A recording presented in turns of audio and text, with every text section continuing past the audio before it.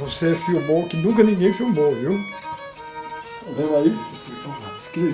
Meu processo, escrever a lápis e cobrir com tinta nanquim.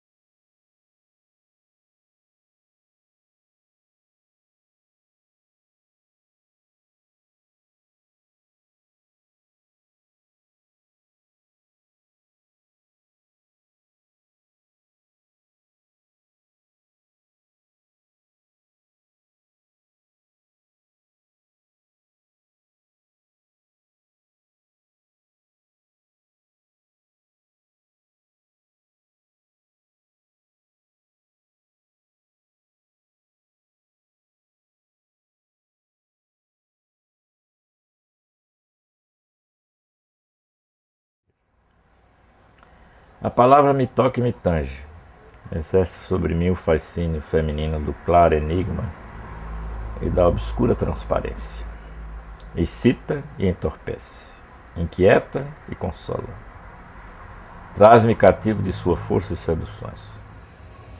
A palavra escrita, embora separe e conserve para a eternidade a força visual das palavras, sempre o faz de um modo relativamente lento, quando na transcrição se perde um pouco da expressividade, da emoção e, portanto, da beleza do enunciado oral. Falado ou escrita, o que importa é que ela esteja sempre em nós e conosco, democraticamente humana em sua arte, misteriosamente bela em sua eternidade. Palavra, seiva sábia do filósofo, conhecimento sólido do historiador, fluidez que só os poetas modelam, beleza arisca que os nossos repentistas capturam. É bom que todos nós adquiramos e conservemos na vida e prestemos atenção às 5 qualidades que Fernando Pessoa aconselha a quem pretende lidar com palavras e entender a linguagem simbólica. Simpatia, para gostar do que faz. Intuição, para sentir o que faz. Inteligência, para analisar e entender o que faz.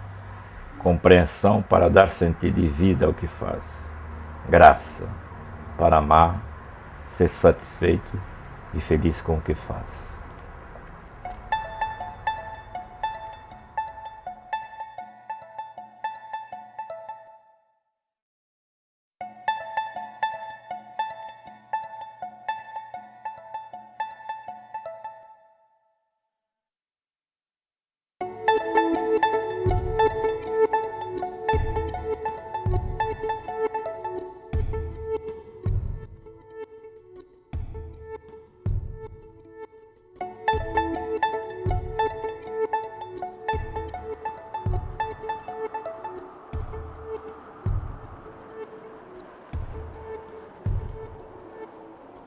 Depois da primeira entrevista com Marcos Vilaça, surgiu a ideia de alinhavar nossos encontros através de uma viagem de caminhão, inspirada no livro Em Torno da Sociologia do Caminhão. Eu sairia de São Miguel das Missões, no Rio Grande do Sul, e o encontraria no Recife. Daí, seguiríamos juntos para Olinda. A escolha destes 2 extremos não foi aleatória. Tanto Missões quanto Olinda fazem parte dos trabalhos de Vilaça junto ao Comitê do Patrimônio Mundial da Unesco. Missões, empenho todo dele, e Olinda, a conclusão do processo iniciado por seu antecessor. A ação deste filme ocorre de maneira paralela, a viagem propriamente dita e os passeios de carro com Vilaça, seja no Recife, Rio de Janeiro ou Brasília.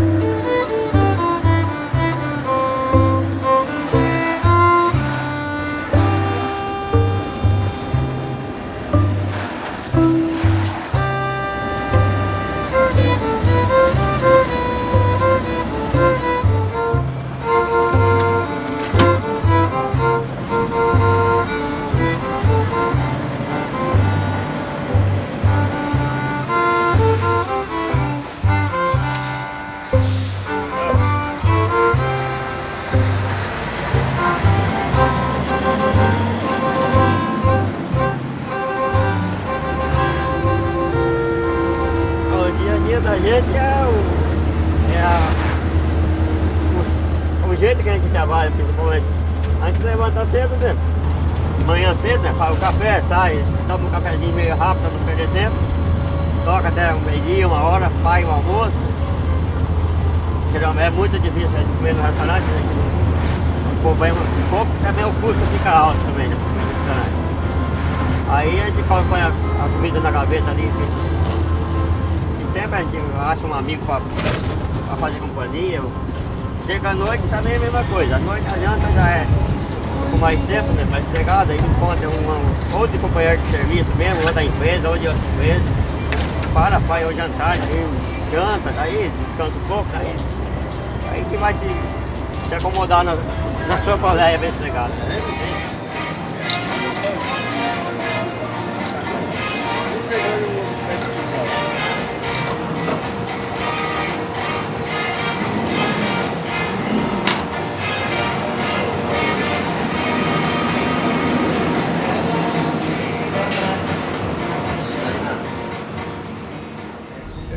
Não, o senhor vai pelo caminho que for mais lógico. Exercite a sua capacidade de navegador e veja por onde é o caminho melhor, tá? E a gente não pode estar falando muito. Assembleia, Faculdade de Direito, Academia e o Náutico. Essas 4 coisas. Agora não é para ficar no trânsito parado, feito alesado não, viu? Por favor. Eu estou mais impaciente hoje do que qualquer dia, viu? Então prepare-se.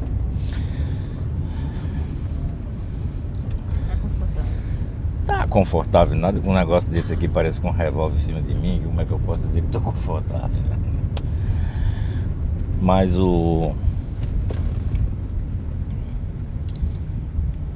Já tá gravando essas coisas já? Direto. Ah, é direto, é? Eu não posso fazer. Não posso fazer ironias nem perversidade. Por favor. O senhor pode fazer tudo. Eu quero que de vez em quando o senhor olhe para mim para eu ter um pouco do seu perfil também. De vez em quando. Eu, quando recebi o título de cidadão do Recife, eu fiz uma plaquetezinha com discurso e pus o nome de Recife Azul, líquido do céu, porque eu acho que isso aqui, essa cidade é água pura. Até quando não chove é água, porque é muito úmido, né? Umidade.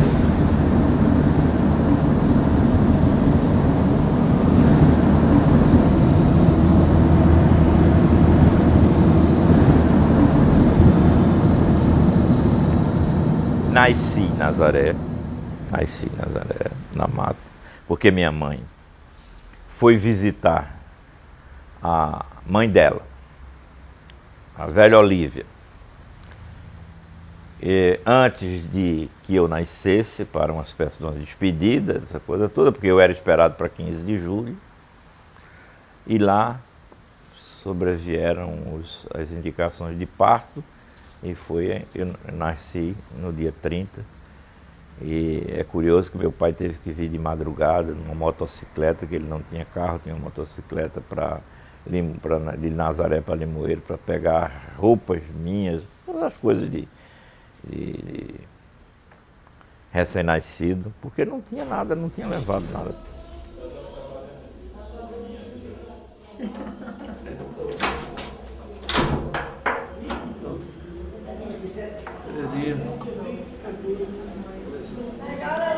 Completamente, cadê seu Silva, a minha água? Só veio saber quando tocou a cama. Seu Silva, ela não sabia não, não sabe nada. Aí tá furiosa, que quando vocês tocaram é que eu falei. Aí ela disse assim, ó, mas por que não me falou para eu me arrumar?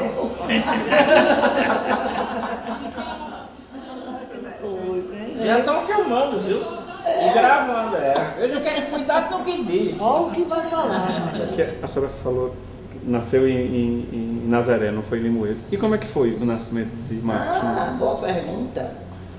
Porque ele não ia nascer lá, não é verdade? Eu sou de Nazaré, né? Mas morava em Limoeiro.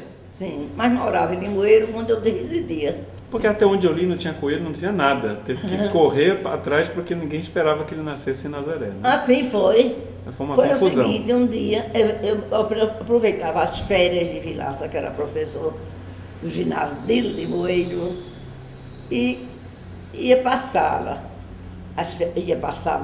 lá em Nazaré, na casa de meus pais. Entendeu? Agora, quando estava perto do mês dele nascer, eu disse assim, sabe de uma coisa, Vilaça? É dia de São Pedro, outro dia é feriado anterior. E eu vou passar esses dias lá em Nazaré, mesmo porque eu estou pensando que esse menino pode nascer antes, poucos dias. O médico disse que era homem, e era para nascer nos primeiros dias de julho. Não, e o médico E como é que disse sabia que era O quê? Como é que sabia? Com toque. Naquele tempo tudo era válido. Sim. Aí vai sair a resposta que ele quer. Então a gente morava em Limoeiro, mas eu e meu marido, né? Lógico. Eu também. Visitava. Você também ia. Na sua barriga, eu também. E meu marido não, nós três fomos Nós três fomos passar lá. Mas isso é muito redundância, não? Não, É uma redundância incrível. Então eu fui passar. Mamãe morava Nós lá. fomos passar. Nós fomos, ele Eu e incubado.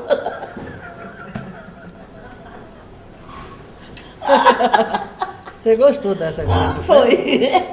Aí a gente foi passar em Nazaré, sabe? Direitinho, tudo arrumadinho.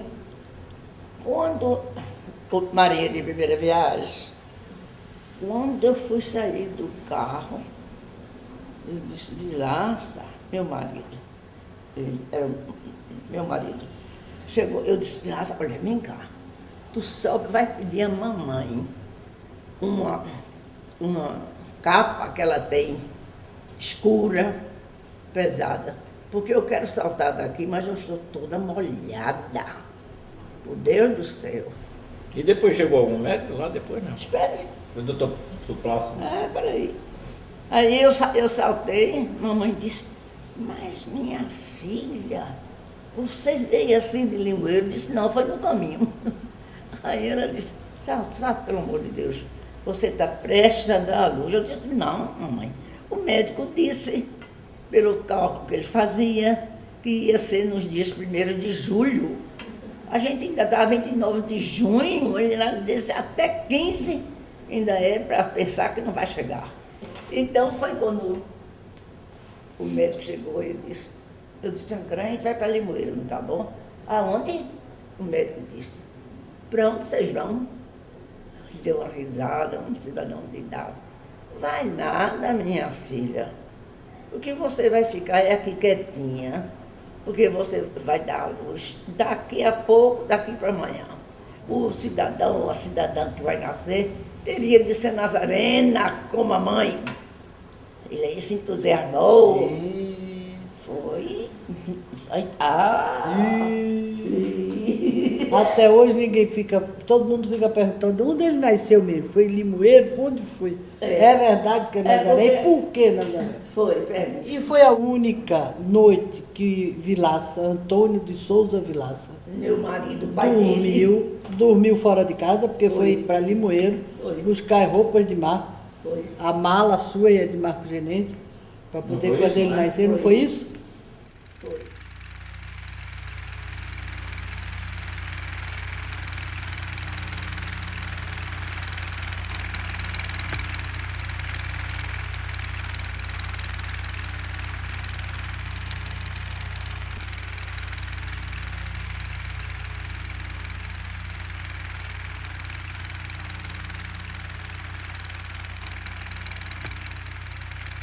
Como era o Marcos Vinícius Vilaça menino?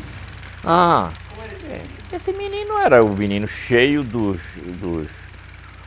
defeitos de um filho único, não é? Por mais que meu pai e minha mãe fossem pessoas ilustradas, lúcidas e tal, eu tenho os defeitos de filho único, né? Tipo? Egoísmo, não é? Porque a gente não tem filho único, não tem com quem dividir nada, não é? Hipocondria, porque a mãe acha que o filho vai levar um pingo de chuva, vai gripar, que a garganta vai não sei o que não pode tomar sorvete porque tem amidalite frequentemente, e essas coisas todas, né? Então era que tinha que brincar, mas tinha que brincar em casa, preferentemente, né? E eu gostava, sempre adorei futebol, só tenho ideia fixa por negócio de coisa de futebol, mas nunca soube jogar, era um desastre como jogador. Então, o que é que o sujeito que gosta de futebol e não sabe jogar futebol, o que é que ele faz? Ou vai ser juiz, que eu fui da mesma parte, que eu gostava de apitar jogo, né? E apitava e fazia o resultado que eu queria, ou então vai ser cartola.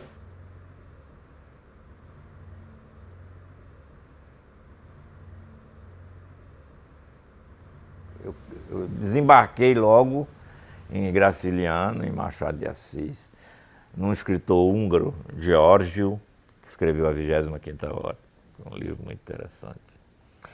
E eu fui por essa gente, né? Pela poesia de Manuel Bandeira, pela poesia de Mauro Mota, era por aí. Agora, no plano da literatura mesmo, Machado, Graciliano e Zé Lins do Rego. Agora, a influência marcante em mim, básica, dominante, absoluta, é Gilberto Freire. É por quem eu tenho obsessão. Olha, o Gilberto sempre foi o ídolo do Vilaça, quer dizer, foi o deus do seu exemplo de construção literária. E, na realidade, o Gilberto era um monumento. O Gilberto, ele era um homem que dominou todos os ramos do conhecimento, quer dizer, ele escreveu sobre todas as coisas. Então, o Marcos não podia fugir ao sentimento de luz do Gilberto e de gravidade, que ele atraía, então, sobre todo o estado de Pernambuco e precisamente sobre a geração do Marcos Vilaça. Porque em Pernambuco ocorreu uma coisa muito curiosa, exatamente porque é um estado em que a reflexão sobre o Brasil, sobre o Nordeste e sobre Pernambuco é muito visível, muito ostensiva, muito forte. Uma das curiosidades é que é um estado que praticamente não tem romancistas. É muito curioso, quer dizer, a Paraíba produziu grandes romancistas como Zé Lins do Rego, né, José Américo, Ariano Suassuna, Alagoas produziu Graciliano Ramos e até Jorge de Lima, que é um romancista, enquanto que em Pernambuco se concentrou mais no ensaísmo. E isto vem de Joaquim Nabuco, de Oliveira Lima, né, de Gilberto Freire, e exatamente a criação, na minha opinião, a criação do Instituto Joaquim Nabuco e a atuação pessoal de Gilberto Freire levou os jovens ao caminho do ensaísmo. Eu sabia que eu não tinha talento para ser romancista, aí passei para o ensaio. Tudo na minha vida, então, me levou ao pragmatismo da minha mãe, o pessimismo do meu pai. Eu acho que tudo isso me pôs espartilhos para não cair muito na criação, na ficção.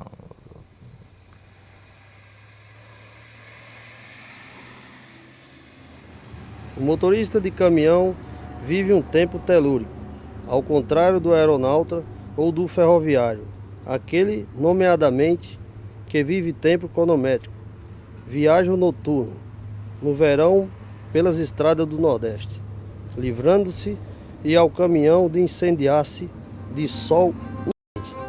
No sul, o nevoeiro, a queda de temperatura. No centro-oeste, de estradas mais precárias. Tudo disso dá-lhes marchas diurnas. Plastifica, no momento, a ocupação do seu tempo. O circunstancial é que diz.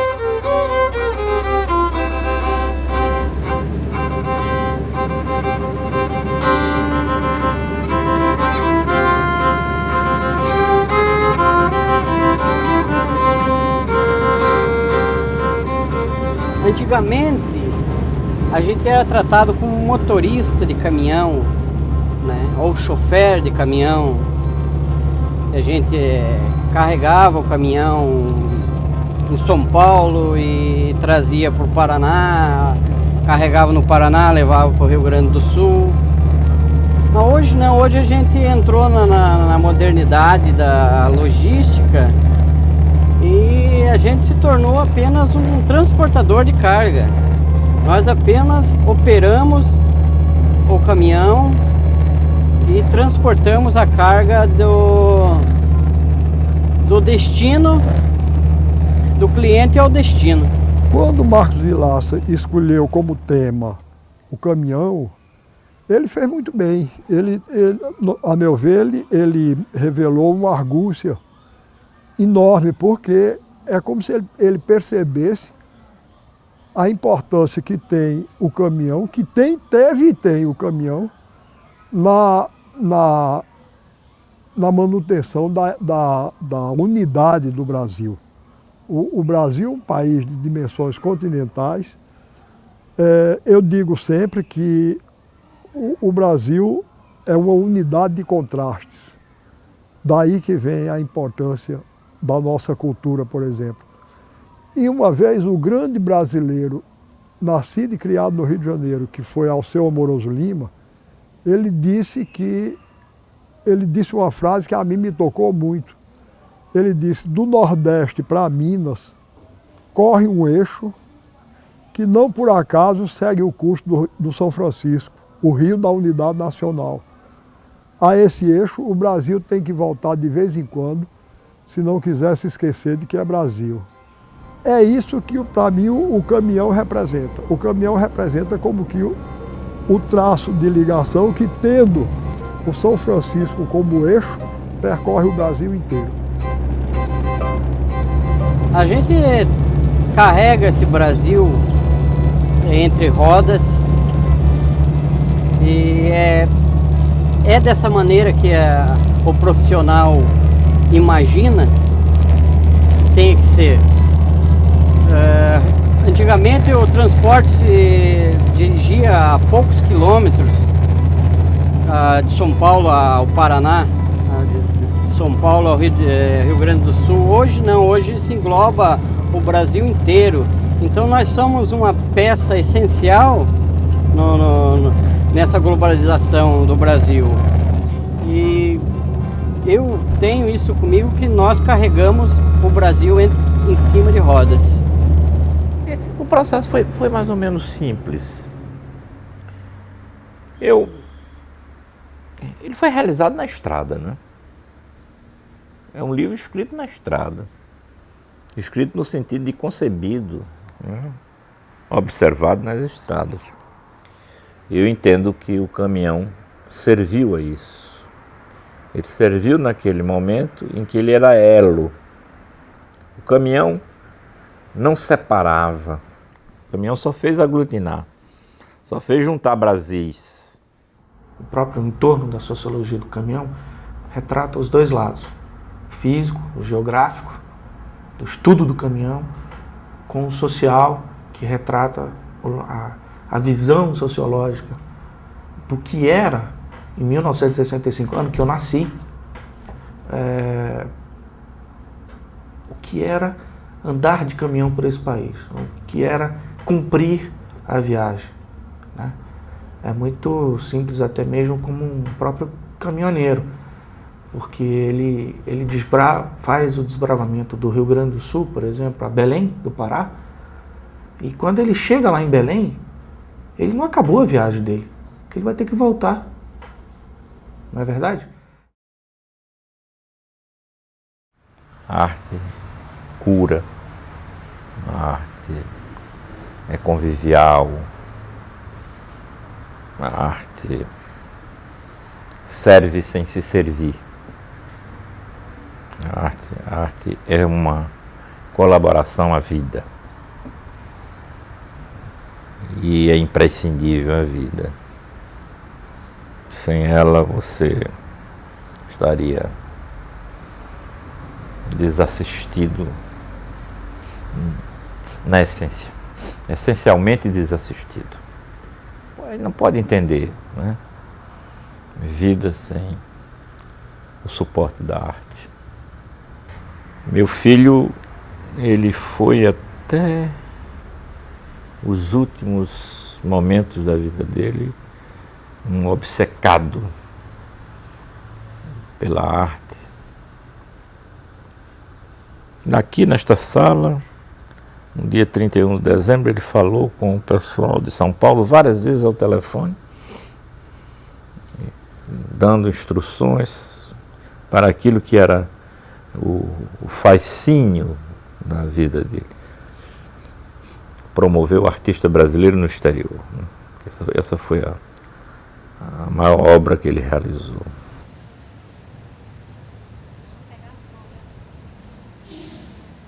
A defesa do patrimônio histórico, defesa do patrimônio cultural é para lhe dar as oportunidades de criar.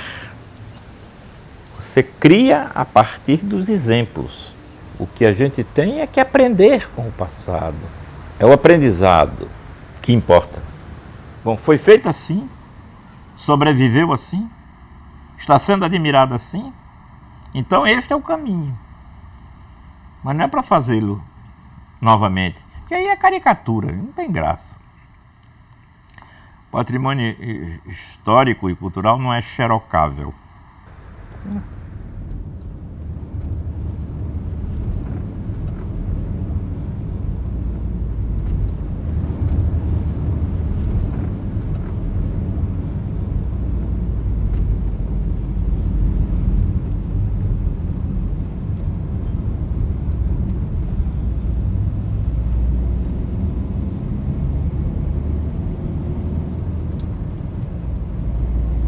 Tá vendo aquela torre ali? Aquilo ali é a torre da igreja do Colégio Nóbrega. Eu estudei nesse colégio. Fiz o curso clássico, me preparei para fazer o vestibular na Faculdade de Direito. Dá uma paradinha aqui para... Não, um pouquinho mais para frente para ver melhor. Isso aqui é o prédio da Faculdade de Direito. Aqui eu estudei, vim fazer meu curso de Direito. 1 ano e meio depois de formado, eu terminei o curso em dezembro de 62. E 1 ano e meio depois de terminar o curso, já estava sentado na banca de professor, ensinando Direito Internacional Público. O prédio está em obras, tá muito... As aulas nem estão acontecendo neste momento aí, porque o prédio está precisando de reformas e ficou muito tempo sem se fazer nada.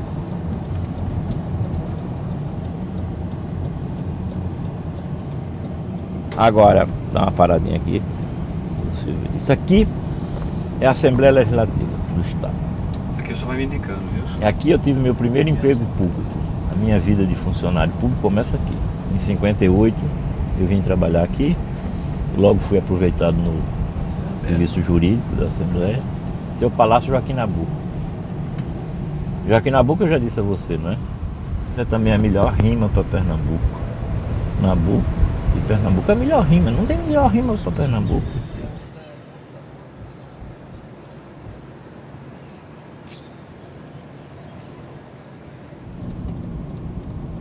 Este é o melhor clube do mundo. Essa aqui é a sede do Náutico. Muito feia, a sede horrorosa, mas o clube é muito bonito. O clube como espírito, com qualidade. Aí atrás estão o parque aquático e o estádio de futebol, onde eu frequentei muito quarta-feiras e domingo.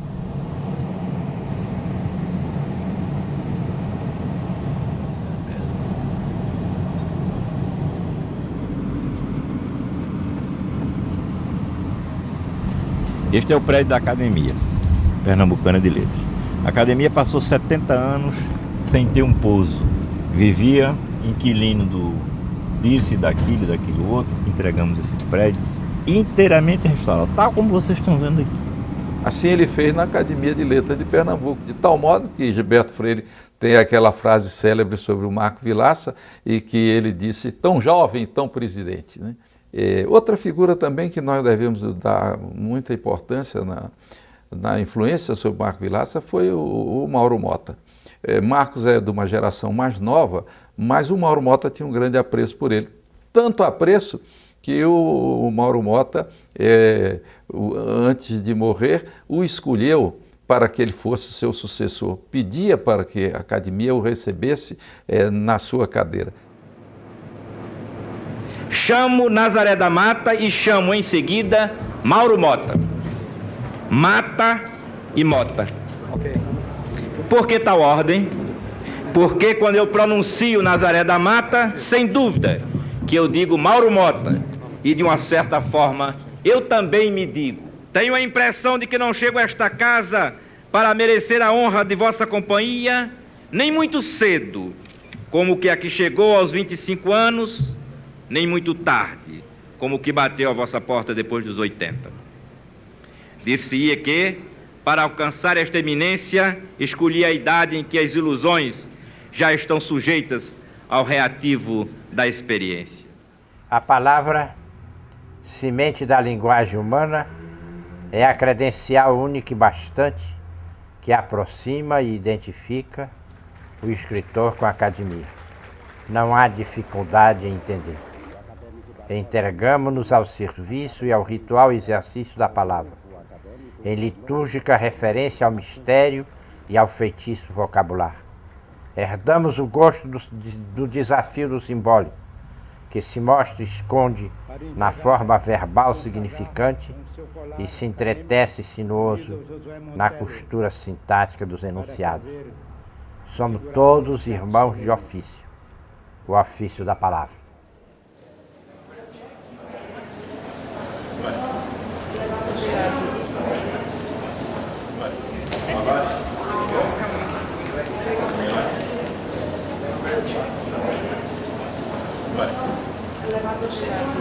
Até mais tarde. Tchau.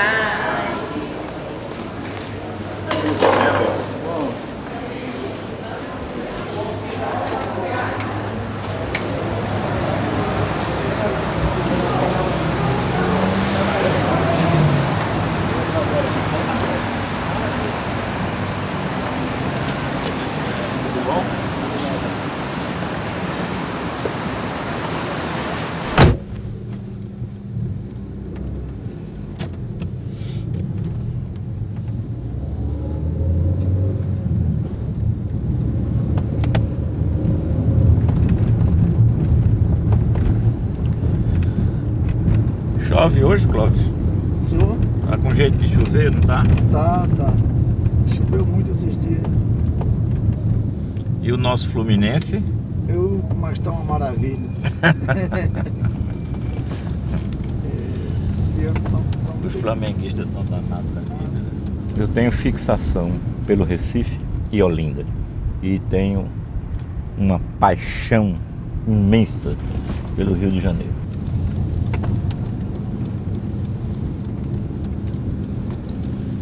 Vocês já puseram isso várias vezes nas minhas agendas do Rio, várias vezes.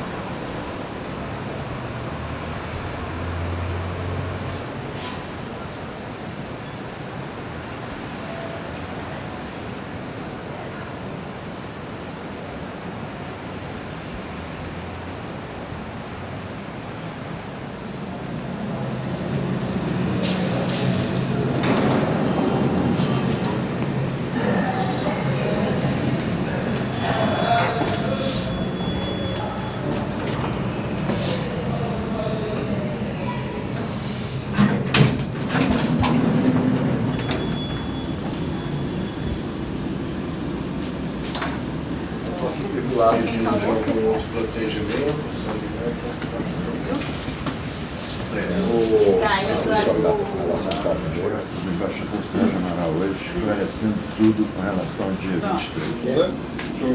Mas nessa história do latim, também meu pai disse que na igreja eles cantavam o Cinemanet, quando tem aquela Teígito, na missa canta, Teígito Clementíssimo, ele fala. Aí os seminaristas diziam, que é isso, Clementíssimo? Mas era tanta historinha que ele me contava de coisa de seminário. Assim. Não tem uma canção de coisa que não sei o que, tararararará. Como é? Então tinha uma velha numa igreja que queria saber o jogo do bicho, né? Que bicho deu hoje, como é? Não sei. Então minha resposta. Avestruz.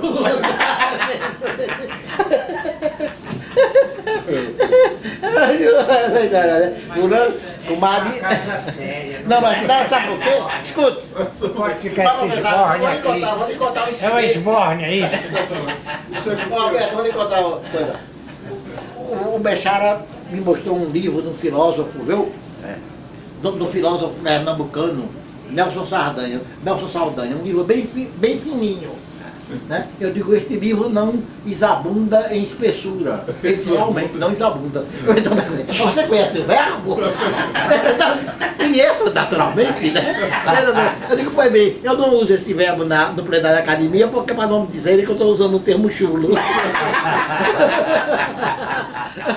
Temos um clássico da presidência. Você? Tá, querido. Tudo bem, meu irmão?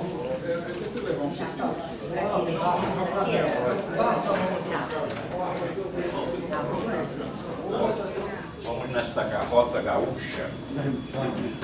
Feia. Antes fosse. Como é que chama? Carreta. Carreta. Na carroça, carreta. Quando é que chegou pronto esse filme aí? Diz ele que em agosto. Né? Não, setembro. Setembro. Filme de quê? Setembro. Outubro a gente pode lançar. Mas pra onde? Filmado pra onde?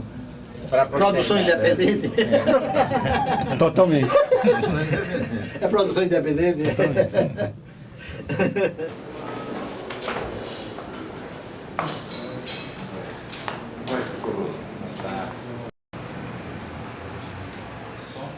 Nabucco disse que, a propósito da Academia Brasileira de Letras, nós somos 40, não somos os 40. Então, enquanto somos 40, nós vamos cuidando dos 40 que nos antecederam, que foram conosco. Estão todos lá. Acho que essa é uma coisa muito boa que tem nas academias. Né? A gente fala, o colega, como se ele estivesse ali presente. A academia espicha as vidas. Isso aqui é bonito. Boa tarde. Como vai você? Tá boa? Tá tudo em ordem? Prazer rever. Tá tudo aí? Prazer. Muito trabalho aí? A gente agora está com a cadeira do Magalhães Júnior. O que é que vocês estão fazendo, hein? É a série dos livros dele e dos sucessores?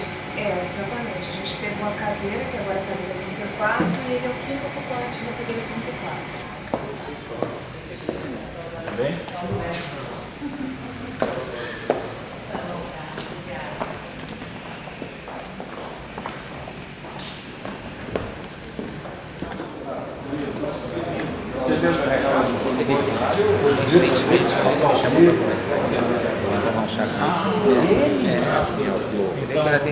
Precisa de um bilhete.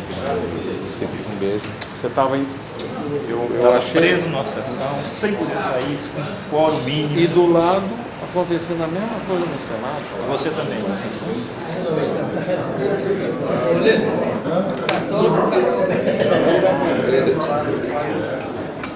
Era formada pelos estudantes venezuelanos que tinham vivido no Brasil, os que tinham estudado no Brasil, com as suas mulheres, quase todas eram casadas com brasileiros.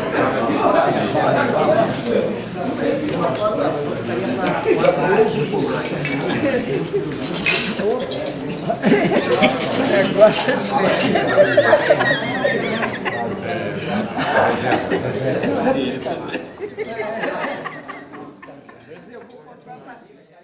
Quando eu comecei a namorar com Maria do Carmo, eu uma vez disse para ela que achava que nós tínhamos uma relação muito mais de amizade do que de amor. Ela estranhou assim aquele princípio, né? Mas eu expliquei dentro da minha filosofia de segunda categoria. É o seguinte, eu acho que o amor pode ser uma via de mão única. Você pode amar, não ser amado, ou ser amado e não amar. Mas a amizade não. A amizade é via de mão dupla, exige a reciprocidade. É aquela coisa do latim, dó ut des, não é? A amizade só se constrói se as cremalheiras se encontram. Do contrário, a amizade não se completa.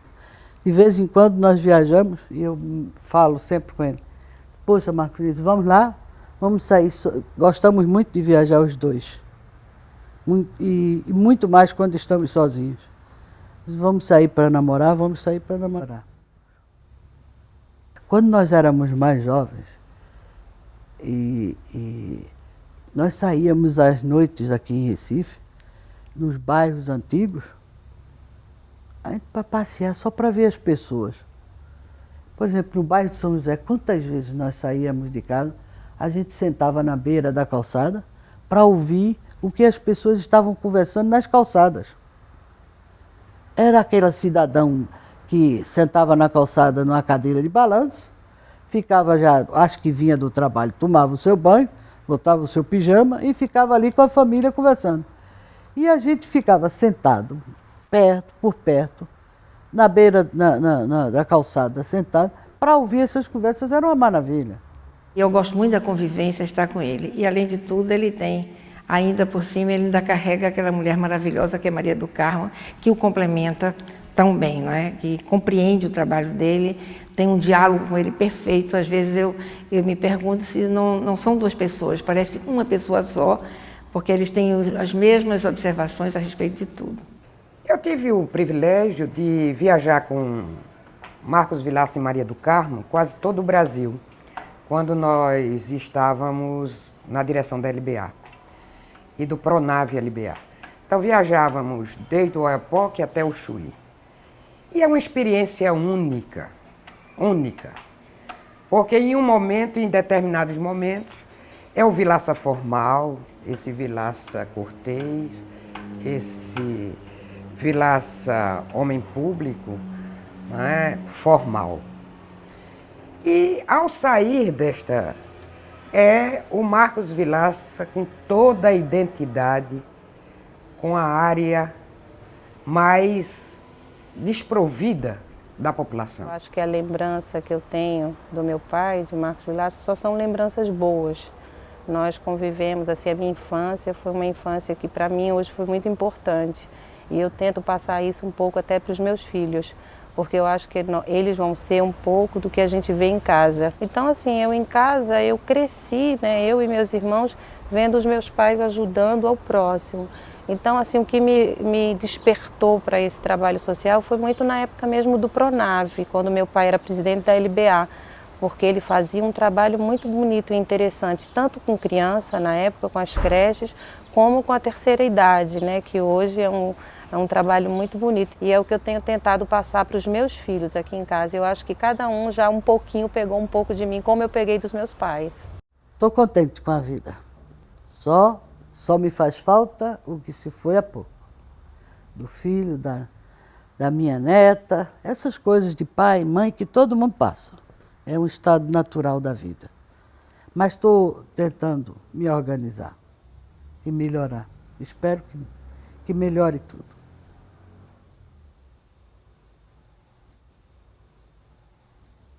Os fatos que ocorreram foram muito fortes, né? Tanto para ele, como para minha mãe, como para mim, claro, para todos envolvidos direto. Essa ausência do Marco Antônio, essa ausência da Vitória, claro, tinha determinadas situações ou determinados dias que são enlouquecedores, que são de uma dificuldade extrema e que você precisa de apoio, precisa de suporte. Eu acho que foi o mais significativo para nós três. Minto. nós 4. Porque a minha irmã, que é extremamente forte, que é extremamente importante na minha vida, ela de longe, a gente consegue ter uma conexão muito da mesma linha de raciocínio. Até porque éramos na mesma idade praticamente.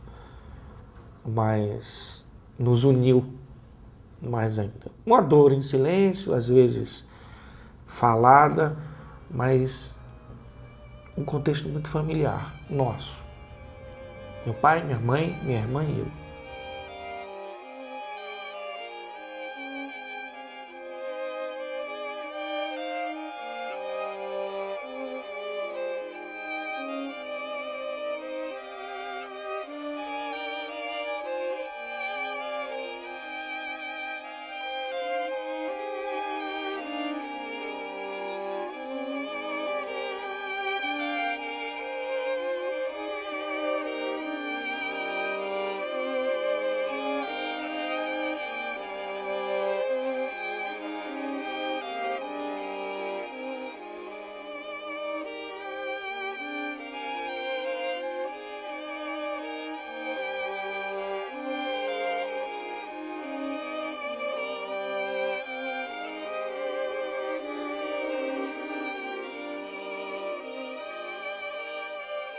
Eu costumo dizer que feliz, totalmente feliz, nenhum de nós 3 pode ser. Nenhum de nós 3. Totalmente feliz. Mas tem um máximo de busca de felicidade. Porque essas ausências, enquanto a gente viver, elas não há espaço para ser preenchido. Hoje eu falo com mais naturalidade sobre essa questão da minha filha. Falo porque estou trabalhando em cima disso. E pasme, você trabalhando em família. Dentro do universo. Pai, mãe, eu e com alguns desabafos que eu fiz. Com pouquíssimas pessoas. A morte, no caso Marco Antônio, não pode nunca ser considerada como um fim, né, nesse sentido, porque o que ele deixa é um roteiro, né? Um roteiro de percurso cumprido. Um roteiro que ainda hoje inspira o processo pelo qual a arte brasileira se espraia pelo mundo, se tornou conhecida. Eu diria que Marco Antônio, na década de 90, representou para as artes plásticas do Brasil quase que um ministério, né, em termos das relações internacionais. Foi, de fato, o galerista que mais levou artistas para feiras, para museus, etc., presente o tempo todo, viajando para cima e para baixo, cumprindo um papel que é um papel quase que público, né? Nesse sentido, para Marco Antônio também pela vivência, não havia a diferença entre o privado e o público, mas eu devo dizer aqui que no Brasil a tradição de borrar os limites entre o privado e o público, muitas vezes é a apropriação do público em benefício do privado. E aqui com ele nós tínhamos o oposto, né? Mas eu estou convencido de que, além desse sentimento de perda pelo filho, que faz sempre do pai e da mãe,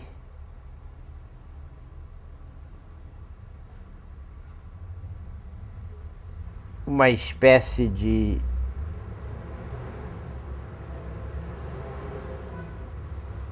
inversão das expectativas, porque os pais devem morrer antes dos filhos e não os filhos antes dos pais. Isto causa uma especial dor, a aguçar ainda mais a dor da perda. Deve também ter pesado muito o quanto eles esperavam de Marco Antônio Vilaça. O quanto, na realidade, o país esperava do grande galerista, do grande crítico de arte, do grande entendedor de arte. Como se o filho não tivesse nascido de todo. Como se ainda faltasse uma parte para nascer. E isto acrescentou, naturalmente, se acrescentou ao sentimento de perda. Como foi, como é, na verdade, escrever sobre Marco Antônio? A sangrar. Escrever sobre ele é um processo de sangramento.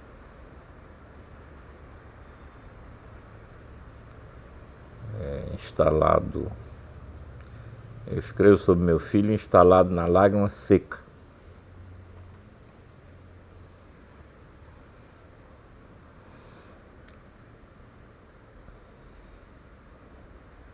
É muito difícil.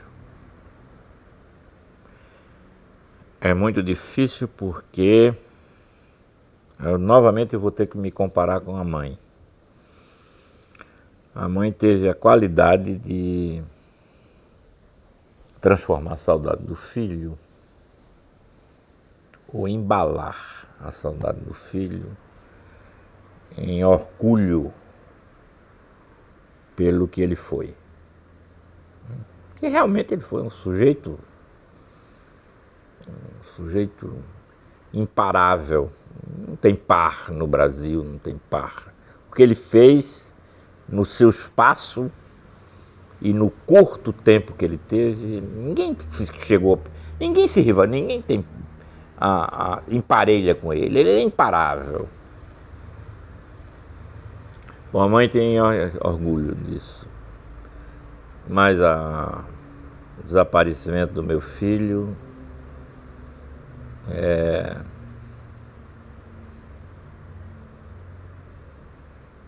eu não me conformo. Tinha que ter caminhado mais. É isso aí que eu não aceito muito.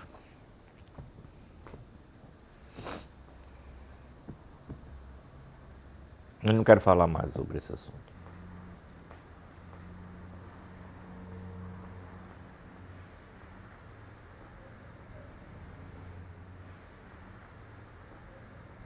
Eu há muito tempo que eu não via o sofrimento da perda tão patenteado, tão representado no rosto humano de Maria do Carmo e de Vilaça. Evidentemente, Vilaça, esse homem da mais alta sensibilidade, eles ficaram transtornados, né? É uma dor que não se esgota, de modo que você pode ver nesse livro, que é discurso, ele não fez para ser discurso, vamos dizer, os cantos, os lamentos que ele escreveu sobre o filho, sobre essa perda irreparável, são plangentes, são líricos, porque ele não tinha pretensões de ser lírico, é que essa era a expressão da sua dor. A sua dor produziu textos de rara beleza e penso que continuará produzindo, porque é uma fonte inesgotável, a dor deles e dele, como escritor, é inesgotável. Eu conheço todos esses textos que ele escreveu, que ele vem compondo, né, como a lírica da dor, o ritual da dor, o ritual da perda, né? E, sem dúvida, ele não é mais o mesmo homem, mas o seu talento perdura e os seus textos são de rara beleza, sobretudo quando pranteiam este filho tão amado.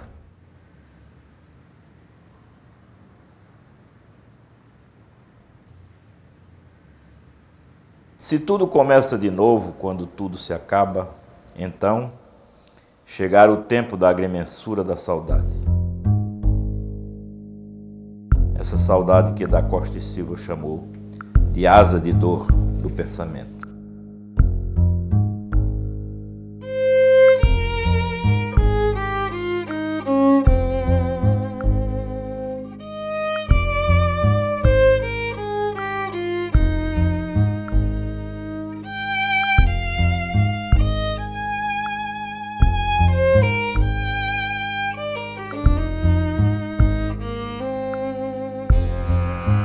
Temos a saudade alongada em imaginação visual e auditiva, pois continuamos vendo e ouvindo o fino gosto do filho, mesmo se estivermos a exercitar a constante construção nostálgica.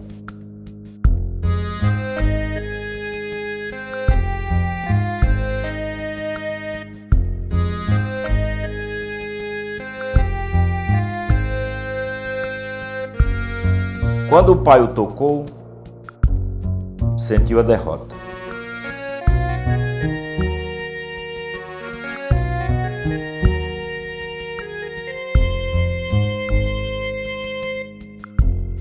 ficou diante do frio do fim. Reservara-se para nós o umbráculo da ausência. Estavam amortalhados muitos futuros.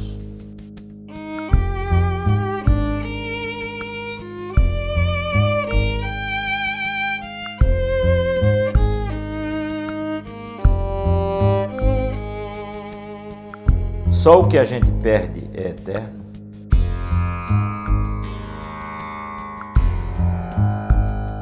Entre ele e o pai nunca houve silêncio. Tinha um permanente duelo que sempre terminava em confluências. Entre ele e a mãe, aquela relação de disputa para ver quem era mais doce com o outro. Marco Antônio vivia ainda uma certa juventude, limpa de premonições e sem contabilidade de anos vividos ou por viver. Até sentíamos nele um certo e discreto abrandamento aos julgados impulsivos de condenação.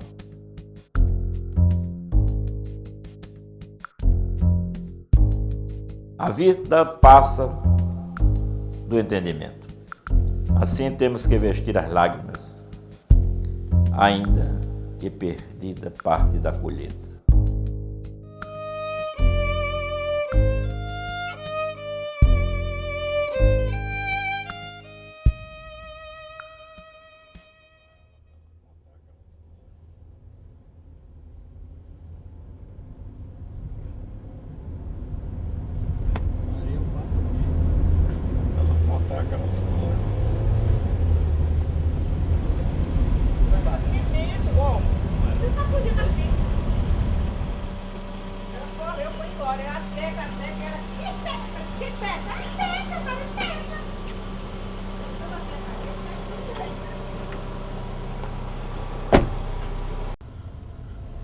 Aperta o pé, viu, Cedor? Nós estamos atrasados para fazer o que a gente queria aqui.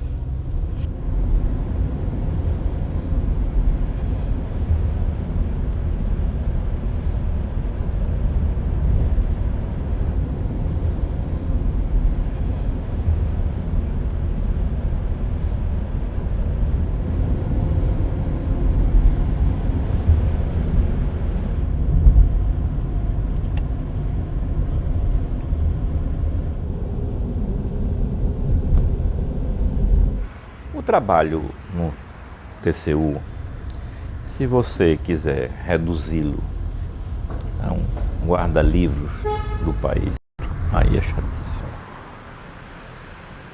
Se você for apenas fazer aquelas colunas de débito e crédito e tal, isso aí não é atraente, não tem atração nenhuma.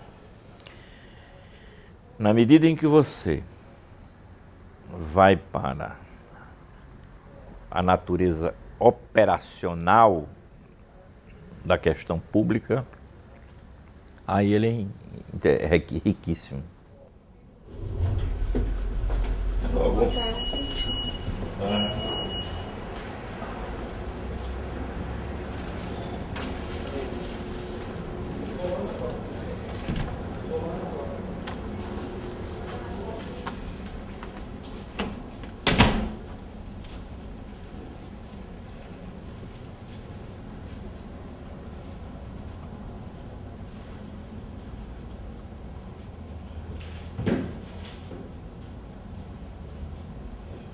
Quero saber dessas coisas. Mais alguma coisa conosco? Não, mas coisas que o senhor me pediu para ver, não, coisas que o senhor acompanha, né? Não, estou dizendo mais alguma coisa de complicação do nosso processo? Não, dos nossos não. Bora descendo, você vai me explicando, está na hora, não tá? Não é 2h30? É hora. Tudo bom.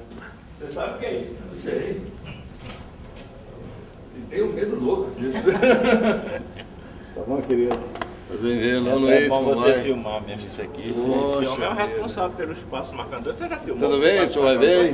Não, vou filmar. Tem que ir lá, isso é importante. É obra do seu filho. Nossa.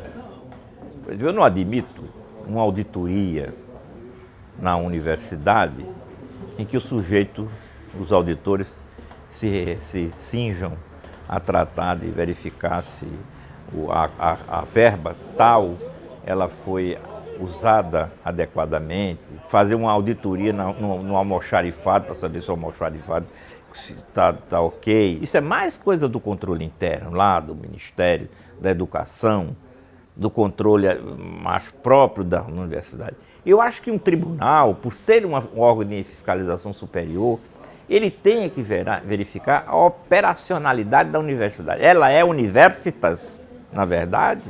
Quantos cursos de pós-graduação tivemos? Quantas teses foram apresentadas? Que alianças a universidade estabeleceu com a sociedade?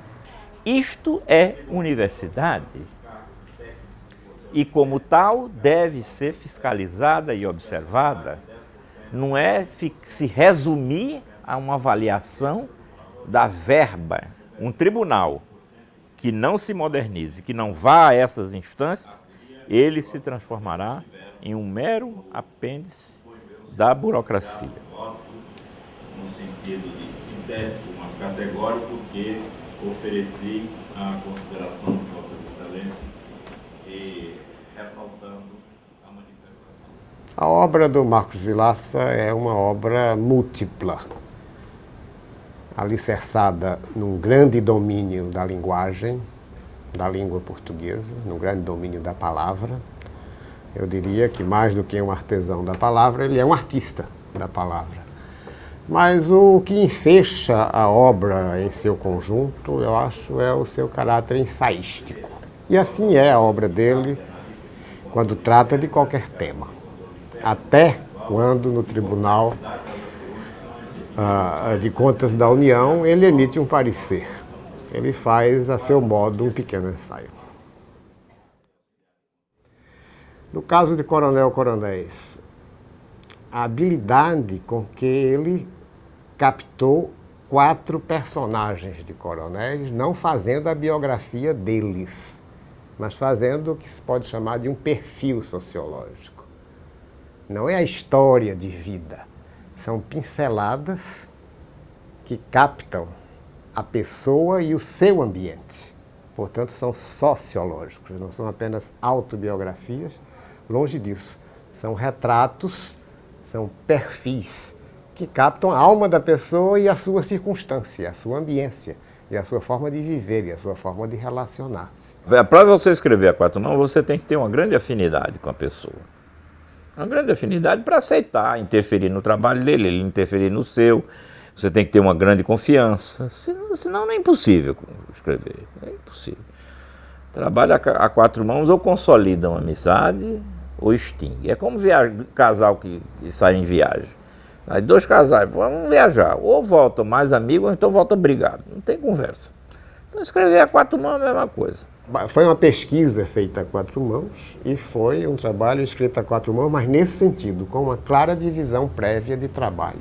Ou seja, nós não sentamos, eu e Marcos, em torno de uma mesa e escrevemos o livro juntos. Quer dizer, não foi essa a abordagem adotada. Aí houve uma divisão natural. O Marcos se encarregou, eu acho que do núcleo da obra, que é o conjunto dos 4 retratos, dos 4 perfis. E eu, talvez com uma vocação um pouco mais teórica e menos de captação do viver das pessoas, me encarreguei da parte mais analítica, ou seja, do arcabouço analítico que explica o coronel, seja como dono de vontades, seja como dono de votos, seja como dono de terras, o mandonismo nas suas várias formas, concebendo a partir dos retratos uma espécie de modelo do coronelismo. A escolha dos 4 coronéis foi facílima, foi extremamente fácil. Eram, à época, os coronéis vivos, mais significativos, indiscutivelmente. Não tinha o que comparar. Nenhum outro coronel, ainda que existissem uns poucos, tinham a expressão desses 4 coronéis. Nenhum deles.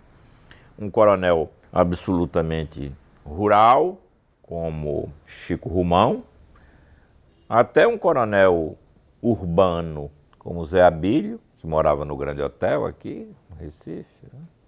passando por um coronel urbano, que era o Veremundo Soares, de Salgueiro, e um coronel emblemático, porque era tudo isso reunido, que era Chiqueráquilo. Eles eram os 4 coronéis.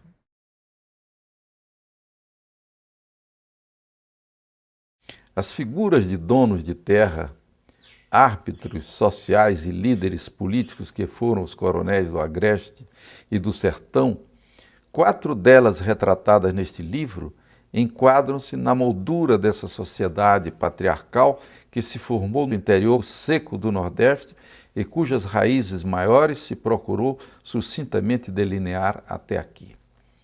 Eles reproduzem nas fazendas e pequenas cidades do interior os senhores de engenho das casas grandes da Zona da Mata e dos sobrados das maiores cidades do litoral dessa região. Historicamente, os senhores de engenho guardam com relação aos coronéis do Agreste e do Sertão a aura da ancestralidade, pois se anteciparam por mais de 2 séculos a eles. Os coronéis do interior, contudo, prolongaram seu nome, prestígio e influência até pelo menos meados do século XX, tendo, portanto, sobrevivido por mais de meio século a seus precursores, os coronéis do açúcar.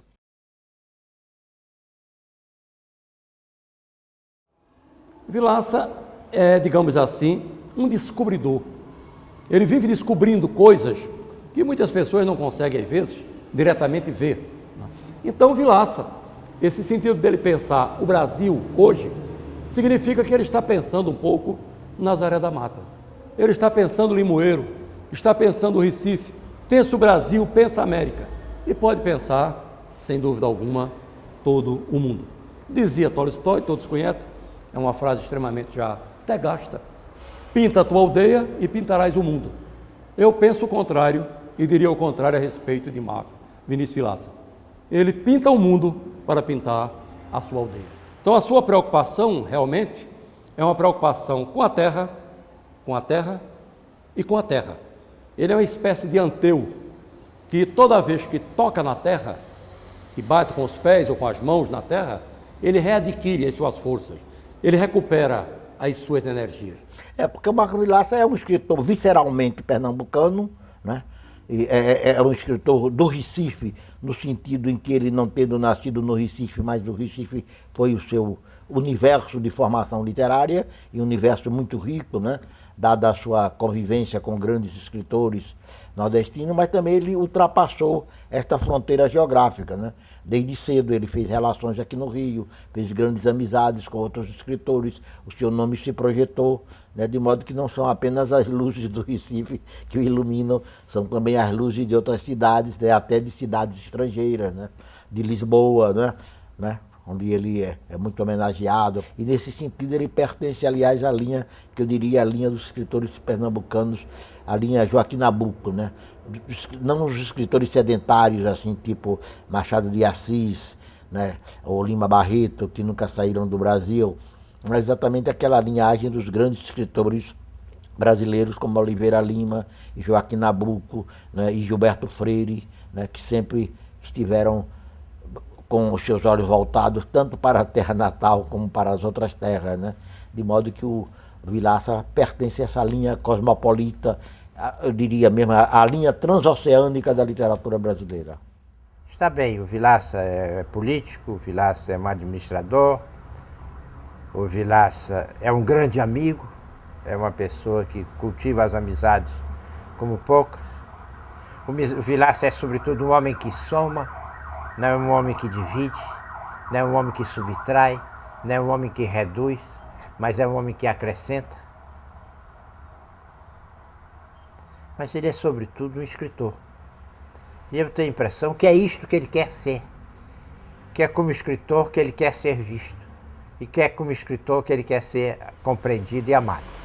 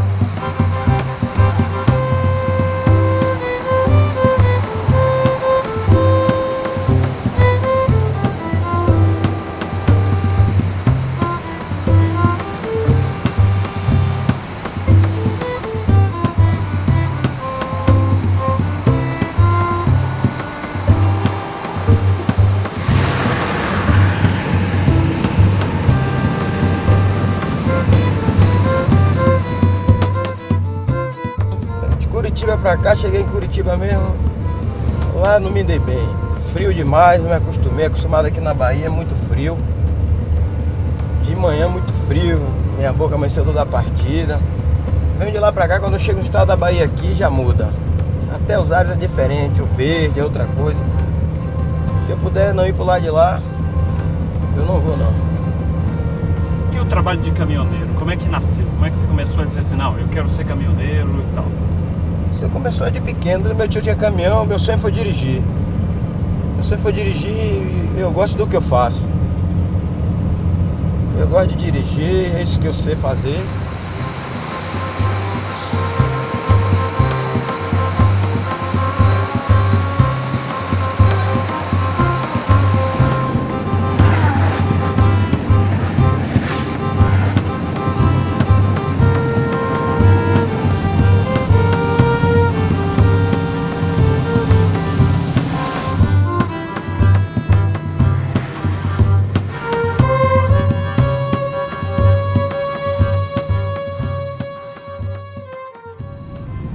Sabe por que eu não tenho muita simpatia por Brasília?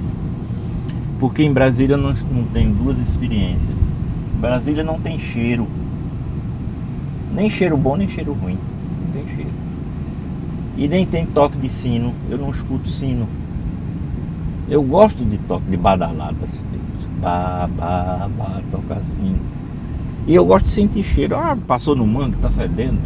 Mas passou ali numa mangueira, de uma mangueira perfumada. Sabe que as mangas do litoral não tem nenhuma manga melhor que as mangas do litoral. A gente passa numa mangueira, sente cheiro. Uma cidade que não fede nem cheira. Eu não gosto também de cidade que não tem doido. Cidade tem que ter doido. Comício político tem que ter bêbado doido. E cidade boa tem que ter um doido. Eu sou tão apaixonado por Olinda que eu acho Olinda é pouco. Eu acho que essa cidade devia ser Olindíssima. O nome dela devia ser Olindíssima.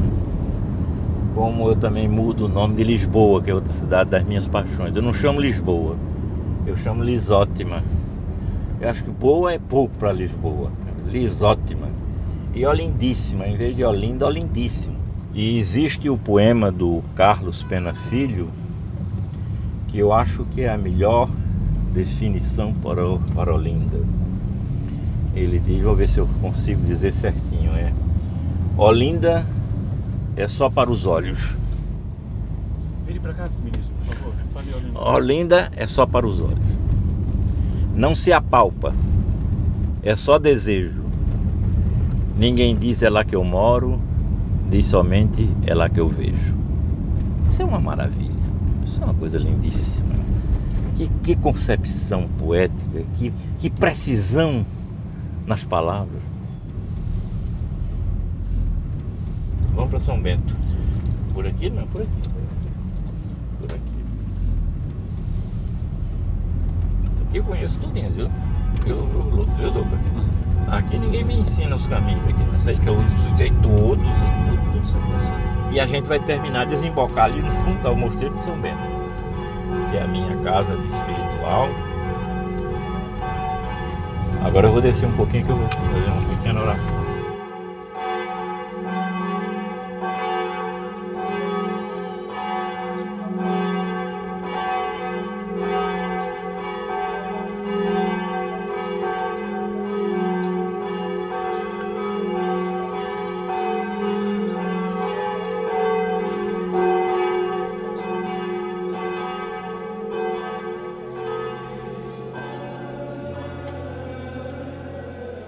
Olha, eu gosto muito da visão que ele tem do Brasil. Ele tem um espírito crítico, com grande acuidade, mas ao mesmo tempo ele não consegue esconder, em meio a essa visão quase ácida da nossa realidade, um grande amor pelo Brasil. Ele apreende a nossa realidade através de figuras aparentemente risíveis e populares, quase míticas do Nordeste brasileiro, e através delas ele consegue um logro fantástico.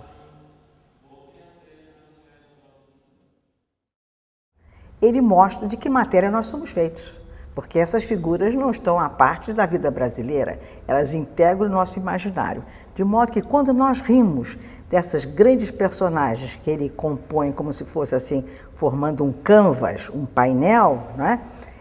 Nós não nos solidarizamos com elas, mas nós entendemos melhor como seguir as pegadas brasileiras.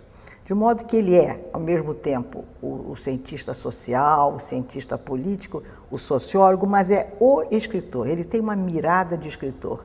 Ele desce a detalhes que eu considero assim fundamentais para essa compreensão, como ele disse, do Brasil no qual nos toca viver.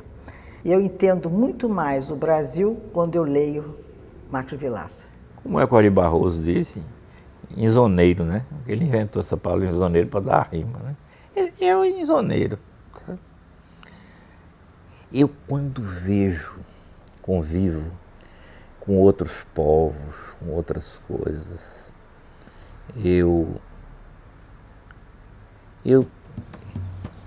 quanto eu mais vejo, mais eu gosto daqui. Quanto eu mais conheço, eu mais aprecio o chão.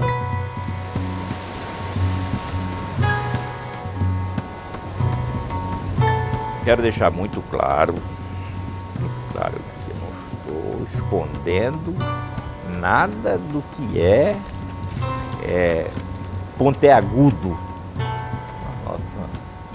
na nossa história, nos fatos formadores. Não é esse tipo de bonzinho que muita gente pensa. Mas eu acho que esse povo brasileiro é um povo insoneiro mesmo. Eu acho que acaba dando razão a Ari Barroso.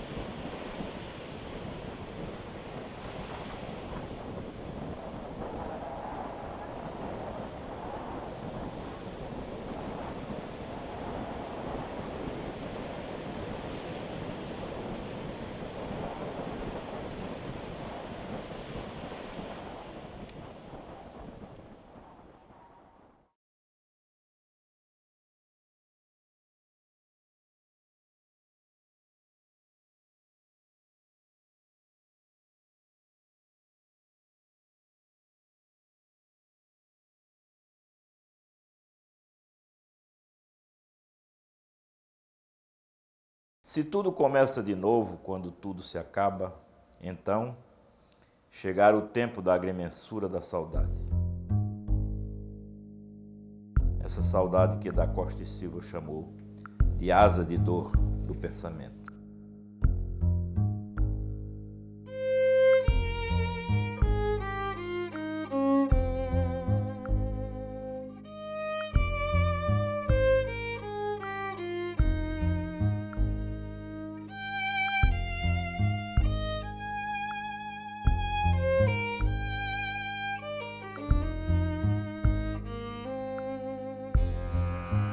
Temos a saudade alongada em imaginação visual e auditiva, pois continuamos vendo e ouvindo o fino gosto do filho, mesmo se estivermos a exercitar a constante construção nostálgica.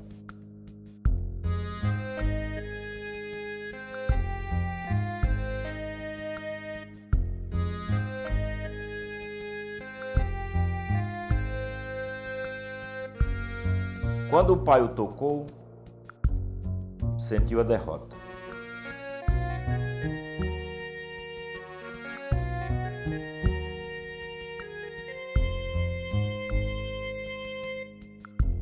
Ficou diante do frio do fim.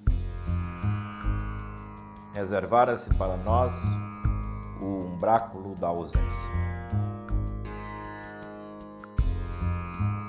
Estavam amortalhados muitos futuros.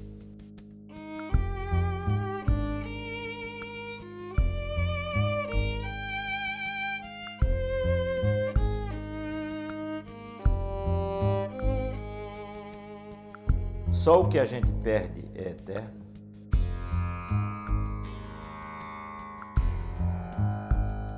Entre ele e o pai nunca houve silêncio. Tinha um permanente duelo que sempre terminava em confluências. Entre ele e a mãe, aquela relação de disputa para ver quem era mais doce com o outro. Marco Antônio vivia ainda uma certa juventude, limpa de premonições e sem contabilidade de anos vividos ou por viver. Até sentíamos nele um certo e discreto abrandamento aos julgados impulsivos de condenação.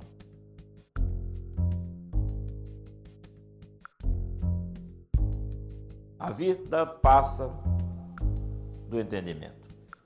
Assim temos que vestir as lágrimas, ainda que perdida parte da colheita.